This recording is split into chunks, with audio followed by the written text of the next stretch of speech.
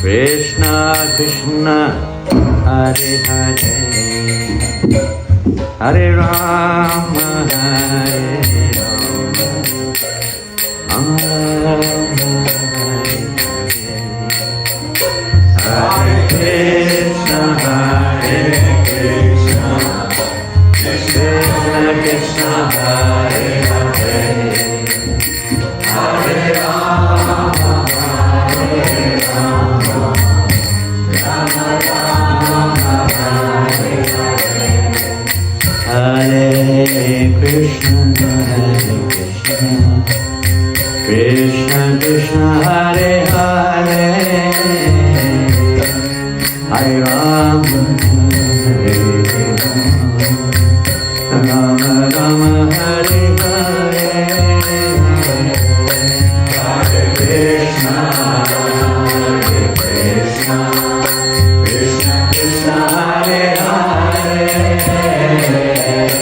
Hare Rama Hare Rama Rama Rama Hare Hare Hare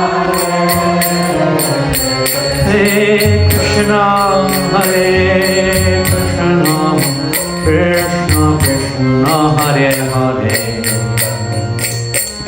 Hare Rama Hare Rama Rama Rama Hare Hare Hare Krishna Krishna Krishna Hare Hare Hare Rama Hare Rama Rama Rama Hare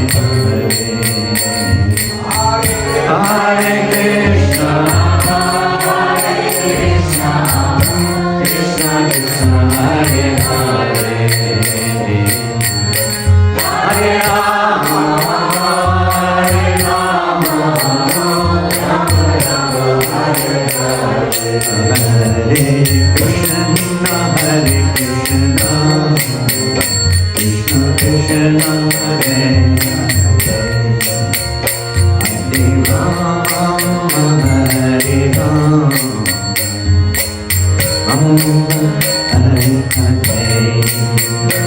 Hare Krishna Hare Krishna Krishna Krishna Hare Hare Hare Rama Hare Rama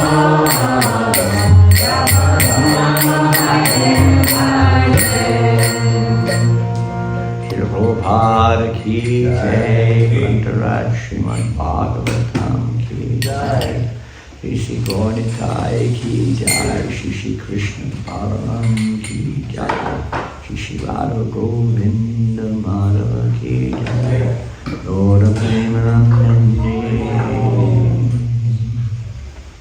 Namo Shri Radha Krishna Srimati Bhakti Vedanta Swami Namaste Sarvate Devi Gaurani Charini Namaste Sanyavaya Mastrachari Shatari Om Namo Bhagavate Vasudevaya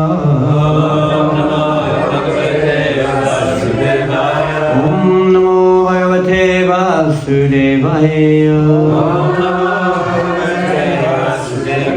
Om Namo Bhagavate Vasudevaya.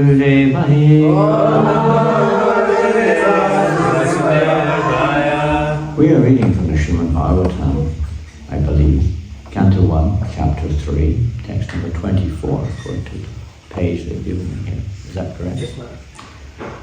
Om Jai Prabhupada. Please repeat. Tataha. Get a bit closer, I can't read it. Kalo. Any more light? There's no more light here. Very dull.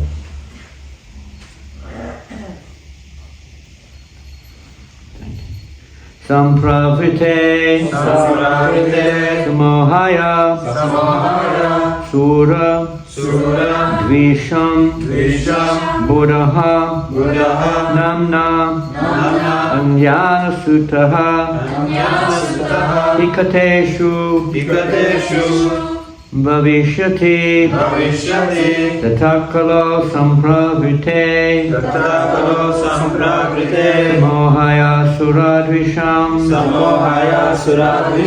Buddho Nam Nanjana Sutaha Kikateshu bhavishyati Tatkala sampravrite Samohaya suradvisham Buddho namnam jana sutah Kikateshu bhavishyati Tatkala sampravrite Samohaya suradvisham Buddho namnam jana sutah Kikateshu bhavishyati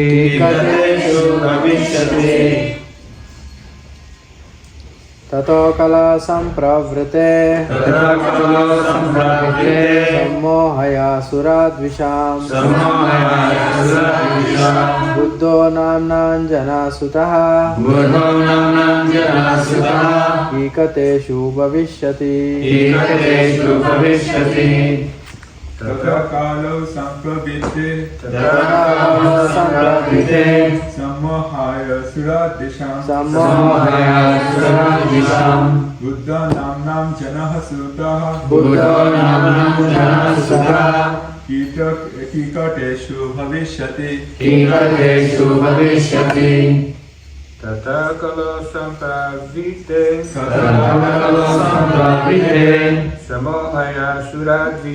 Samohaya suradvisham Buddho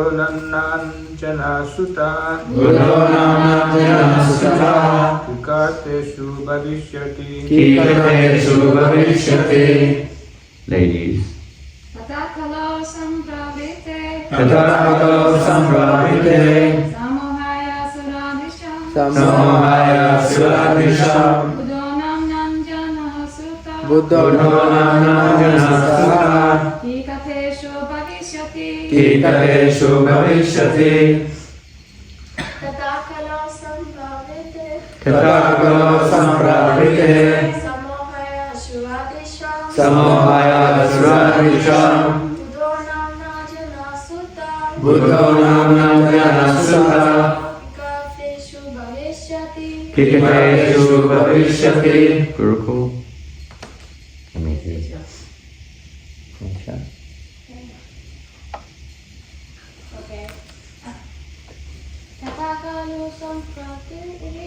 Tatakalo sampravite Samohaya suradvisham Buddho namnam ijastatu Buddho namnam jana sutta Kikateshu bhavishyati Kikateshu bhavishyati. Good. Tataha. Thereafter. Kalo. The age of Kali. Sampravite. Having ensued. Samohaya. For the purpose of deluding. Sura. The seers. Dvisham. Those who are envious. Buddha. Lord Buddha. Namna. Of the name. Anjana Sutta. Whose mother was Anjana. Kikateshu. In the province of Gaya. Bihar.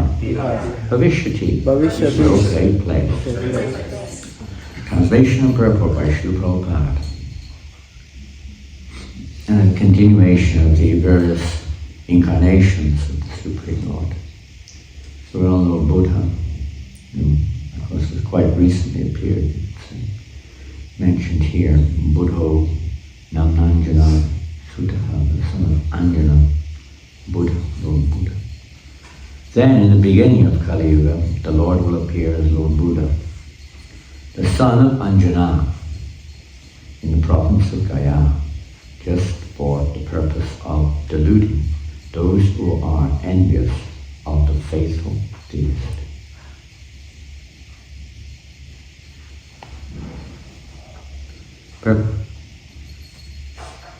Lord Buddha, a powerful incarnation of the personality of Godhead, appeared in the province of Gaya, Bihar, as a son of Anjana preached his own conception of non-violence and deprecated even the animal sacrifices mentioned in the Vedas. At the time when Lord Buddha appeared, the people in general were atheistic and preferred animal flesh to anything else. On the plea of Vedic sacrifice, every place was practically turned into a slaughterhouse, and animal killing was indulged in unrestrictedly. Lord Buddha preached non-violence, taking pity on poor animals. He preached that he did not believe in the tenets of the Vedas and stressed the adverse psychological effects incurred by animal killing. Less intelligent men at this age of Kali, who had no faith in God, followed his principle, and for the time being they were trained in moral discipline and non-violence, the preliminary steps for proceeding further on the path of God realization. He deluded the atheists because his atheists who followed his principles did not believe in God, but they kept their absolute faith in Lord Buddha, who himself was the incarnation of God. Thus the faithless people were made to believe in God in the form of Lord Buddha. That was the mercy of Lord Buddha. He made the faithless faithful to him. You could say a transcendental trick. Killing of animals before the advent of Lord Buddha was the most prominent feature of the society. People claimed that these were Vedic sacrifices. It still goes on, of course, and in different ways. In one part where they're supposedly Hindus, they consider that, for instance, eating the cow is very good. Because the cow is pure. If you eat the cow flesh, you become pure. Their philosophy.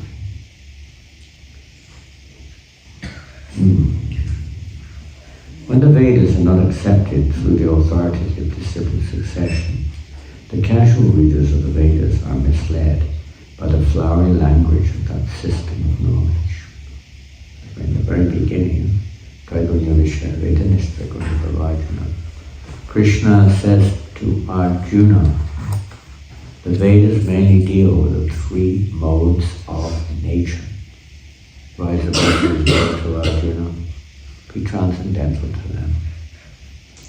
Right in the beginning, he's emphasizing this objective of the Vedas. Vedascha Savrera Hamevi Vedu Vedanta Veda Vedavicam. The Vedas, not in one sense, they are a form of Godhead, but in another sense, they are seen to mean a path to a goal. In of themselves, they are not the ultimate, the absolute truth is mentioned therein. But the vast majority of this, and Prabhupada mentioned here without proper guidance, the vast majority of the adherents to the Vedas are not understanding the objective goal behind the Vedas. There's a goal behind everything. All the education, the economic endeavors. There's always some goal there, and one has to at least be aware of the goal. But Krishna says, by all the Vedas might be known. Indeed, I am the compiler of the Vedanta and the knower of the Vedas. Purpose of the Vedas is what Prabhupada named Bhakti Vedanta. And through devotional service, one who knows the conclusion of the Vedas, Vedanta, Anta's conclusion end. One who knows the final conclusion, that's the essence. All the purpose of the Vedas is not just to perform yajnas, whether they're all bona fide or not, but that's not the ultimate goal. Her purpose is to actually attain pure God consciousness, or to understand the source of the Vedas, the purpose of the Vedas. So one who, unless one understands that, realizes that, then one has really understood the Vedas and gets caught up with the details only and forgets the purpose. This is niyamagraha. Rupa Goswami describes following the rules and regulations without understanding the purpose behind it. kind of fanaticism comes in. It's a common affair amongst those who don't understand the goal behind it. What else can you expect? So Lord Buddha took, in a sense, taking advantage of that same ignorance of people in general. It's amazing how quickly ignorance sets in, especially in this age. After Lord Chaitanya's pastimes, very soon ignorance set in. So many devious interpretations that even we have to be very careful of. Sri Prabhupada, many things crept in and will continue to creep in. After Bhaktisiddhanta Maharaj, after the 6 Goswamis, after Lord Krishna. Remarkably enough, of course, this age of Kali has its symptoms. It's very interesting. You won't find it if you read the Srimad Bhagavatam itself, but if you read the commentaries, for instance, of Vishnu Chakravarti Thakur on the Lord's departure from this world.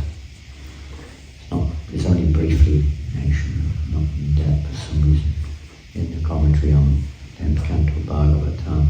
But there he describes how Krishna himself is orchestrating the degradation of Kali Yuga. When the eclipse, you may remember if you've read the Krishna book, you will have read probably the chapter dealing with when there was a solar eclipse, and of course in the West it's different, but in India eclipses are kind of like not considered very auspicious. So generally people try to counter that by doing something very auspicious. They don't stand there with these little things looking up at the sun, like people do in the West. Very auspicious thing to do. That's the nature of their lives. So anyway, when the solar eclipse came about, many from all over India, people went to the holy place of Kurukshetra. This is before the battle of Kurukshetra. So they went there to purify themselves. They were there for some days. It wasn't just during the eclipse. So they went there, and many of the residents of Brunch, they expanded, and they also went there, and from Dwarka and different other parts of India, great personalities assembled. And during that time, it's described that the personality of Kali also appeared. Unseen to all except for Krishna. The conversation is there. Vishnu Chakravarti Thakur describes it. And Kali personally approached Krishna and said, "My Lord, when can I begin? You've given me a duty, now when can I begin? At the moment I can't do it, you removed, as long as you're here, it's not possible. And as long as your dynasty is here, it won't be possible either. And as long as people have faith in you, and faith in your dynasty, will be very difficult for you. Please, I request you to please allow me to do my service also." So right there he says, Krishna then began to think, how can I introduce adharma, irreligiosity in this age of God? So that people become faithless. And naturally they you can say, divert their attention to material pleasure of various kinds and try to justify it in the name of the Vedas, which is exactly what's going on here. So Krishna was thinking like that, yes, I must do something to facilitate Kali. So don't be surprised when you see what's going on around you or within us. It's not surprising. It's like today, I don't know, if it's below freezing down the bottom, I don't know if it's below freezing up here. 0 degrees everywhere. Feels like below -4. Pardon? Feels like -4. It's 0 everywhere. Anyway, it's a little bit, it's freezing. What do you do? Of course, you try to protect yourself against it, naturally. You don't go out with your shorts on, a t-shirt. Maybe in Scotland they do, in most places they don't. Maybe some people in Germany, if they've had enough meat and liquor, they might also go out like that too. Isn't it? And people stoke themselves up sometimes. But one way or another, you kind of protect yourself against it. You can't stop it. Okay, we made a law. The temperature has to go up 20 degrees right now. We just voted on it. What can you do? What can you do? You can just protect yourself, right? Or you can not protect yourself. It's your choice. But you can't change the elementary factor that is cold, right? Outside at least. We try to heat the castle as best we can. Huh? Somebody asking a question? Somebody on the altar. Oh, on the altar, okay. It's the nature of it's the nature. There's nature. So there's a nature of this age of Kali. And I'm sure you've seen the symptoms of Kali Yuga mentioned in the 12th canto of Srimad Bhagavatam.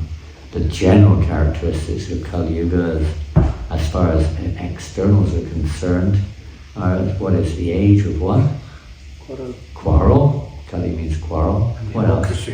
Pardon? Hypocrisy. Hypocrisy is very common. Even in religious circles, it's very common. And what else? Irreligiosity. Pardon? Irreligiosity. Irreligiosity. What else? Gross materialism. Huh? The Iron Age. We see it's now become something else. But iron is like foundational to the present. It's a advancement of civilization in the Western world. Started in England, Shropshire. That's where it started. Shropshire. Really? Yeah. Are you from there? No, you were living there? No, it's just a really ridiculous ad in Australia from my childhood, and it makes a joke of the accent of Shropshire. Oh, there we go. It didn't last long. I mean, it didn't try to develop there, but it started there and it grew rapidly in England. I don't know what century, 18th century? I don't know. Probably. And, from there it started. Iron, developing all machinery and God knows what. And they were now it's developed into so many other areas of technology and what have you. And, the whole world is like, completely enamored and monitored and controlled beyond imagination. I mean, if you put the clock back 50 years, you would not be able to. And I can't relate to all these things. I've given up. AI and all this. It's like, I thought it was the name of a university in India. Something else now. I mean, even the most famous scientist of the modern age said, statement, word for word, the way we are going now, we will hope, we did say hope, he said, we will not need human beings. We will not need human beings. We will not need human beings. Whatever that means, God knows. Interpret it as you will. But this is Kali Yuga. It's not a fit place for a gentleman. Material was bad enough, but Kali Yuga was so degraded, so materialistic. It was so conditioned from birth. The very birth, you were bombarded from birth. You get used to it. I mean, young people nowadays, they're completely brought up on the mobile phone. Isn't it? Like from birth, and they're caught, they've got a mobile phone there in the cot. You can open their eyes, the mobile is waiting for them. Their first present is a mobile phone. It's so bad. And what hope is there, Okay, what can you do? This is how it is. In general, it's like that. Even Buddhism. Anyway, Krishna himself, this is not by chance, not like there's there are other influences, but those influences are powerless in one sense. They're completely under the guide, or let's say the will of the Lord. It's Kali Yuga. He's allowing these things to happen. He's reciprocating. It says here that people, the Lord is, people are faithless. So he's presenting in such a way that the faithless at least can have some hope of progress. the nature of this age to be faithless. And all the other things that go along with it, lazy, misguided, always disturbed. So, getting more and more, symptomatically speaking, we can see Kali Yuga is really blossoming. Isn't it? Blossoming. Krishna consciousness. I see it, I don't know what the truth is, of course, Prabhupada didn't exactly make it black and white, but we know this is a period, at least this period of Kali Yuga, that it's supposed to be the golden age, but what does that mean? There's no gold, plastic or some kind of substance. There's no gold. So what's it's not that type of gold. So what's the golden age? What does it mean? Chaitanya. Lord Chaitanya appeared, but the symptoms of Kali seem to be rapidly advancing. I think it's the best we can get within this age. That might be the right perspective, so to speak. It's a golden opportunity to get out of it. At least that much we can see. We may not be able to see what else may happen. There may be other factors which will take place, we don't know. But it's a golden opportunity to get out of this cycle of samsara. It's so odd. If you look at it carefully, you can see that people are stressed, there's so many anomalies, there's so much fear, insecurity, and so on and so forth, isn't it? No, we can't trust anyone. Look at the leaders in general of the society. In most countries, they're not very popular, even by material standards, isn't it? What to speak of, spiritually speaking, even materially speaking, is almost a joke. Our previous president is in. Huh? Our previous president is in jail. Who? Sarkozy is in jail. Who's that? Sarkozy. No, it's not. The previous president of France is in jail now. Is he? Yeah, No, he he's got in out. jail. He got out. No, but He escaped. He spent 20 days. Huh? 20 days he stayed. 20 days he was in jail. There you go. I don't know these things. He's out. Anyway, we don't want to spend our time. No, but it's just symptomatic of this age, of the leadership of this age is so, what do I say? I won't say any particular words, but it's could be better, put it like that. And people know it, only too well, isn't it? But they still vote. They still vote for the same personality. Like in the Philippines, 40, 50 years ago, they kicked out a whole family of corrupt leaders. I won't mention their names. They kicked them out. They were like banished from the country, the whole lineage practically. Once they made off with all the wealth of the country as they left, they took 2 jumbo jets full of gold bars to Switzerland. From the Philippines. 2 jumbo jets. Anyway, they kicked them out, never to be seen again, and then they voted them back in again 2 years ago. Now they're trying to get them out again. It's madness, isn't it? But that's Kali Yuga. In the age of, the Lord Buddha is trying to put some sobriety into this, at least some kind of foundational. And even now we find that the majority, and I don't say all by any means, but the majority of followers, whatever line they follow, whatever type of Buddhism it is, in many cases, if not most, at least many, they're not even following the basic tenets. I know for a fact I've lived in Buddhist countries quite a bit. Thailand, Nepal, next. And other places, even Malaysia, and Buddhists. They don't follow that principle, and they dress in a way, or they have this still that going to the monastery type of thing. They do have some austerities. But most of them are not vegetarian. Mostly. They smoke. Even, intoxicants. Like everywhere else, it's a corrupt age. We know in the religion of Europe how much it's become eroded in terms of practice, isn't it? So difficult. The society doesn't support it, that's one of the problems. priests one thing, but society doesn't really support it. You bombard it, you bombard it with the actual opposite feature or purpose of religion is you're basically bombarded with irreligion, basically, from day one. Difficult times.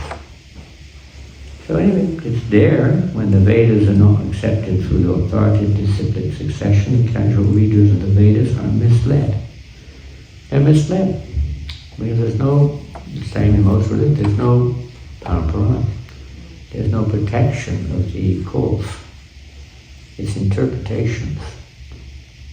It comes down to interpretations according to the societal situation in most cases.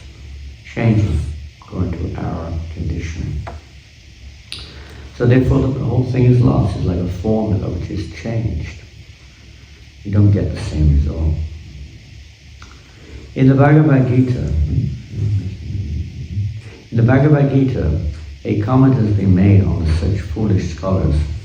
Avipushkishta, the foolish scholars of Vedic literature who do not care to receive the transcendental message through the transcendental realized sources of disciplic succession are sure to be bewildered. And this is the important point, that this is how real knowledge is passed down, even parampara praptam brahmacharya shloka. It's not just interpreted by some conditioned soul 2,000 years later. It's actually the reality. In this age of Kali, because this is the nature of this age, so as long as there's this disciplic succession, Lord Chaitanya again appeared, you could say, to one sense, disciplic succession was always there, but to establish the real purpose of disciplic succession in Kali Yuga. And his followers should follow that if we want to preserve that. The chanting of the holy names and the lifestyle. We can't expect the majority of people to follow that in any walk. This is we just heard of the Prime Minister or President? President. Was in jail for some time. We're all in jail, from a different perspective. So you expect that when you're in jail, you're doing something wrong, you've got a wrong mentality. You expect that. So you can't expect that the majority of people are just going to really, diametrically change their lives. But they can. It's like the Buddha is giving a stepping stone, moral stepping stone. They can adapt a certain lifestyle which will be favorable for their future growth. It's like in Africa, I remember we were in Africa in the 70s, Srila Prabhupada said that don't expect to see any devotees in this lifetime. Talking about Africa. That this is a mercy mission. We're trying to plant seeds. We tend to see things on the immediate here and now platform. It's natural, especially in this age. We can't see beyond very far. We haven't got very broad vision. So, but the pure devotees, they see very broadly. They also encourage, of course, rapid transformation, but very few will be able to adapt that. But everybody can receive the mercy in one way or another. Chant Hare Krishna, take prasadam, something or another, whatever it entails. But somewhere or another, to plant a Bhaktilata beach, seed of devotion in people's hearts. They may not like it, but it's there. That's why it's going out, meeting people, find ways that we can relate, communicate, doesn't matter, whatever works. But some or another spreading this mission of Lord Chaitanya all over the world as he desired. Lord Buddha introduced, at least in India and later in Southeast Asia, King Ashoka, Hindu king, converted and spread. It's mainly through the leaders that these religions spread. Islam, Buddhism, Christianity. Through the executive leaders, I don't mean spiritual leaders, they established as a state religion or whatever, and literally annihilate anyone who doesn't follow it in many cases. You have to follow Bhagavad Gita. lose your body. So that's a common factor of history, everybody knows, all over the world. So also that was there. There was a lot of violence involved in conversion and so on. Even other tenets of Buddhism are love and peace, you could say, still sometimes it's a little bit out of hand. But things changed later on. But anyway, Buddhism spread in its various divergent ways to far distant places of Japan and China, which were previously Hindu, predominantly Hindu influenced, at least Vietnam, all these places were Hindu. Even today you find in some towns in Vietnam, in China also, so many relics of Hinduism. There's one town I think is called Hue, no, Da Nang, I think it's called Da Nang, something like that. They are what's called the boat people. They row boats up and down the river, sort of like special boats for Vietnam. And I've read in the Newsweek many years ago, there was one article on them. And on their boat just covered in pictures of, Sri Gopal Krishna. They worship baby Krishna in that sense. Covered in all the pictures of baby Krishna, Gopal Krishna. Still there, many temples, old temples, Shiva and Vishnu, still there. Malaysia, Indonesia, Philippines also, likes there. Pretty much all of Asia was like that. Russia also like that. So anyway, Buddha introduced this as he's the Supreme Lord, he knows what's going to be possible. To introduce what was needed, what was possible, and to some extent at least it was effective, at least when it was present. And there's not been much of a transcendental disciplinar succession, unfortunately, so deviations are numerous. And that's the same with every line. The original preceptor, whether it's Jesus Christ, Mohammed, airline Lord Chaitanya, others, and Buddha. In every line, Swami Narayan, Sikhism, what's the famous Sikh who started? Guru Nanak. Guru Nanak. They know what they're talking about. I don't know about Swami Narayan so much, but that all these actual incarnations or empowered incarnations, they established what was required. True.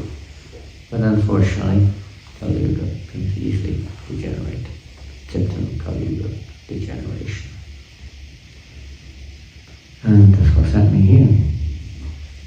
They have no depth of knowledge. To them, the ritualistic ceremonies are considered to be all in all. They have no depth of knowledge. Going to Bhagavad Gita, we mentioned Vedeshis earlier, how many individuals.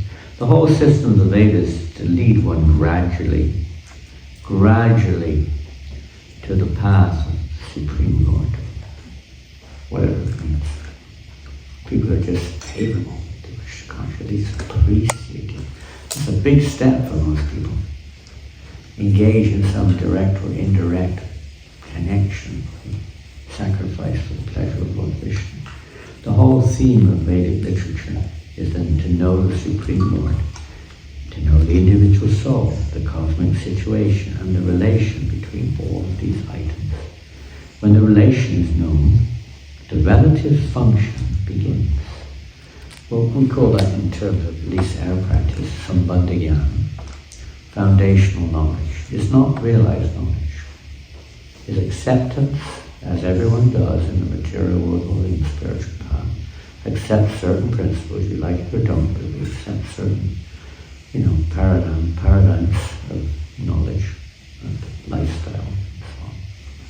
You may react against it, but basically speaking, there are certain things most people accept. They are the body, for instance. Most people accept the goal of life is not so much dharma, it's economic development and sense gratification. Most. And there are certain paradigms you have to follow if you want to achieve them, education-wise, social-wise, economic-wise, rules, laws, different things in place, because they don't have that ultimate goal. Understanding of Mahatma, goal of everything is love of God. still they follow certain sets of codes and to achieve a certain purpose, but they don't know. So therefore, the acharyas have taken that into account. What is the actual conditioning of the living entity and what they can digest. What they can digest. That which is favorable. For most people they can't digest. It's like when Prabhupada quoted one of his godbrothers who went to England in the 30s to preach. He met with one Lord Zeppant, one Lord who had previously been in Bengal. If anything, he was probably more pious, at least more spiritually inclined than most of the dignitaries, for sure. But he actually approached Prabhupada's godbrother and said, "Can you make me a Brahmin?" And he said, "Yes." He said, "Well, what do I have to do?" He said, "Well, first, you have to follow 4 regulated principles. No meat eating, no illicit sex, no gambling, and no intoxication." And one word, the response was, impossible. Impossible. It's not, people can't do it, simple as that. Some people can, some are ready, but most people are not. Preparation work has to be there. Anyone who's been in the kitchen, Vijay, Prabhu, you know what it's like. Most of the cooking is preparation, isn't it? And buying the ingredients, choosing what you've got to buy, getting the money to buy it, cleaning the kitchen, getting it ready, getting all the pots ready, cutting up all the vegetables, washing all those. The cooking is quite easy, in one sense, but you also know very well. Not in the sense, not everyone can do it, but several of you are kitchen men. But the preparation and the afterwork too is also quite substantial. The actual cooking itself is not time-wise, even you'd say organization. Everything is so much goes beyond it to get things ready so you actually can cook. Why do you cook? What are you cooking for? What do you cook for? You like cooking? Maybe. Is that the only reason you cook? Then you throw it all away after you finish cooking? To please the Lord. Please the Lord in that case. But in general, why do people cook? Fill their stomach. Yeah, to eat. They've got to eat something, right? When they cook in Germany, I had fantastic bread last night. They made me some special bread. It was as hard as cement.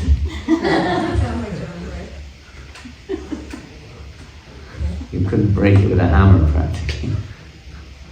It didn't come out quite right. But we're all excited when it comes out, We cooked, in France or Germany, bread is a must, isn't it? And it comes out like rock. Black rock. Please bring the chainsaw and cut the bread. You naturally like to eat. You do all this. What you have to grow it all. Someone has to grow it. That takes a lot of energy and time. You just take it for granted. You go down to the supermarket, Ocean or something, you just buy it there. Isn't it? Take it for granted, don't we? A lot of work behind that. You don't even think about it sometimes. It's almost ready to cook. But if you look at it realistically, a lot of work goes into this, and a lot of energy, preparation. And ultimately it's all useless unless you can eat it. Isn't it? You may have worked very hard to make that bread, but if you can't eat it, it's useless, isn't it? No value. Even birds probably won't eat it. Too hard. So it's like, it's like that, preparation. There's forms of the Lord Buddha, and later on Shankaracharya appeared, and then Ramanujacharya, the Madhvacharya, the Lord Chaitanya. Jesus Christ was also in the middle of all of that. All they had their various purposes to prepare the groundwork to help people to become at least human beings, somewhat human. And then maybe they can start to adopt some principles favorable for the purpose of life, purpose of the Vedas. And go on with this. But the Lord has His purpose. chance. We don't get so freaked out when things are going on. We do maybe, we don't need to in one sense. The whole theme of Vedic literature, when the relation sambandha, so when there's basic knowledge is there, purpose of the Vedas, even if it's theoretical. We may not be able to apply that which helps to lead to realization, but we at least theoretically understand that's the goal. I'm not there, I can't follow yet, but I accept that that's the goal. And that, I'm not this body. We're spiritual beings, but I'm entrapped in this mental and bodily concept of life. And, there's a path, and that path should be Dharma Sakshat Bhagavat Panitam, path of religion. Religion means that which is given by God. It's not a creation or concoction of conditioned souls.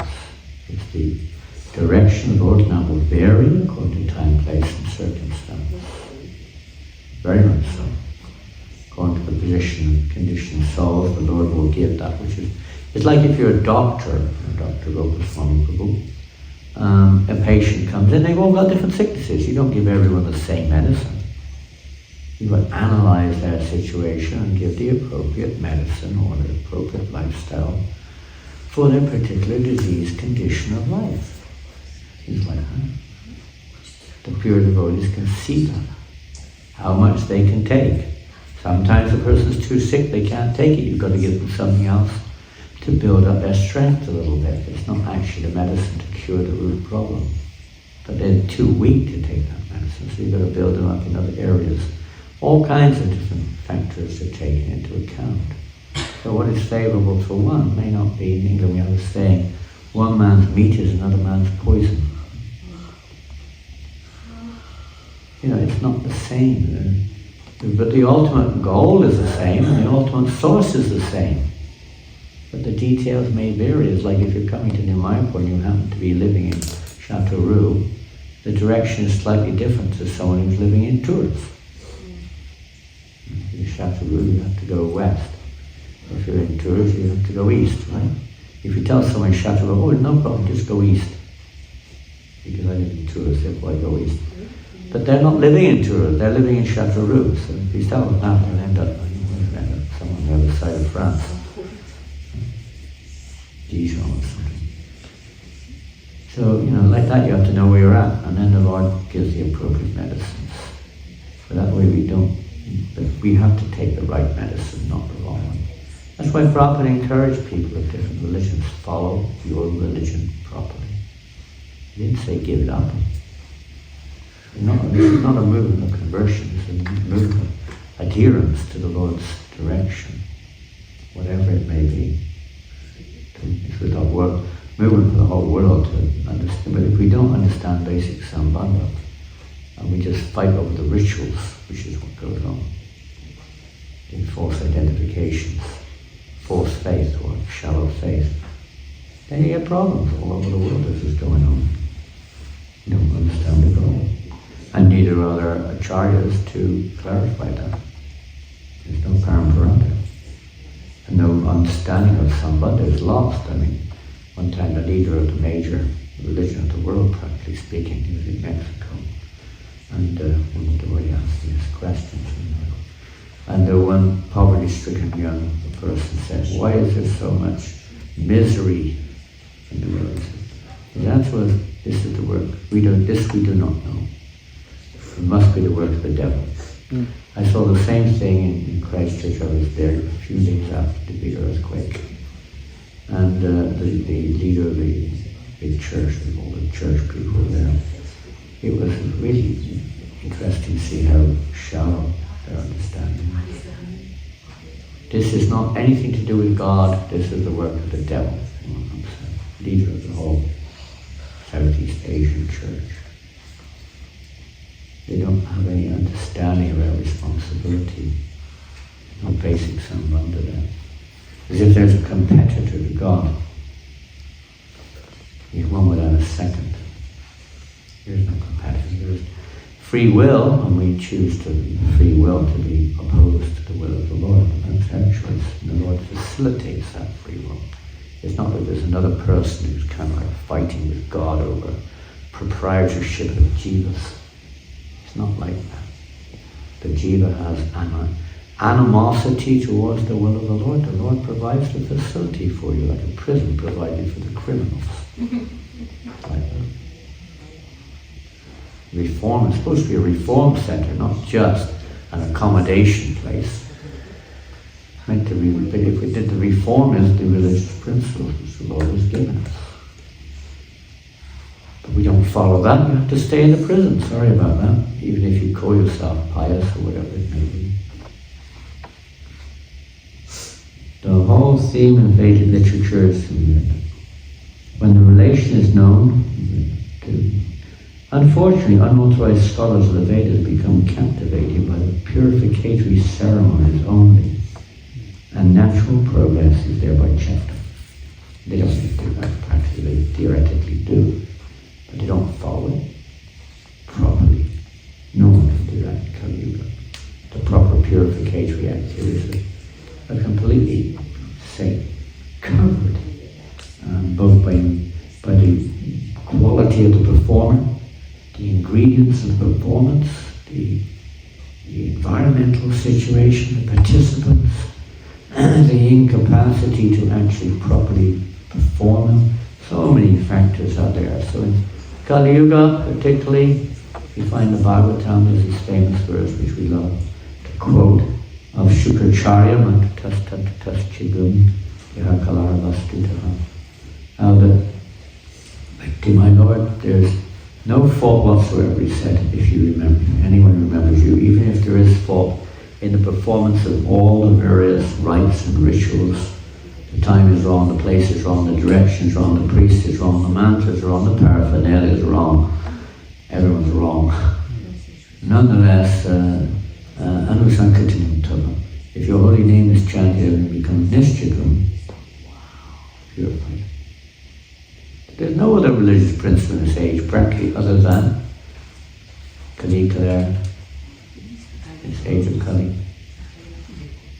the holy name. Kali Nama Rupa. That's the way the Lord appeared in form. But the Dharma of this age is the chanting of the holy name. Harinam Sankirtan. Whatever name of God, it is the name of God. This is the only medicine for this age.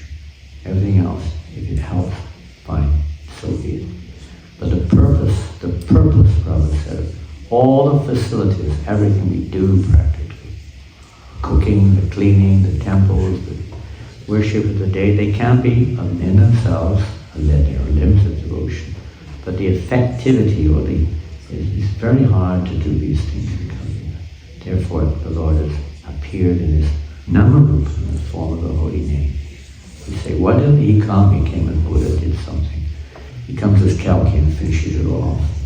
He came as Krishna to establish so-called religious principles, of course, in the form of Bhagavad Gita. But he's come now in this Kali Yuga as Lord Chaitanya Mahaprabhu and has given me one and only Harinam, Harinam, Harinam, Eva, Kevo. The only way. The only way that one can get release from the effects of this age of Kali, particularly any age, but particularly this one, is the chanting of the holy name. What can we say? Every activity we do should awaken a desire to chant the holy name. It's not meant as an alternative. There's always exceptions if the paragraph tells us otherwise. We don't get caught. Otherwise, the holy name is the only process to adopt. More purification of ourselves and the world in general, along with whatever else we're doing, whether it's daily worship, cooking, business, family raising. The holy name must be heard and chanted. But we have to do other things. We're not Prophet one time said, if you're not ready, you can't do it all the time, therefore I have to give you so many different activities to keep you busy. We're so passionate, so ignorant. And plus we have a mission to spread the Lord Chaitanya's root, to keep ourselves out of trouble. We have a natural default to go to sinful activity. So to engage in activities at least which will not create reactions and hopefully connect them to Krishna. To such bewildered persons, I can read the whole purpose, another 3 pages. To such bewildered persons of atheistic propensity, Lord Buddha is the emblem of theism. I'll cut there. Someone can carry on the same verse tomorrow. That may not be here tomorrow. Got to get to Paris. In a few days' time, we start our Prabhupada book marathon. Some of you know about this, some of you don't know what it is, some of you don't know or don't want to know what it is. Oh God, here we go again. Leave me alone. No problem, you have your free will.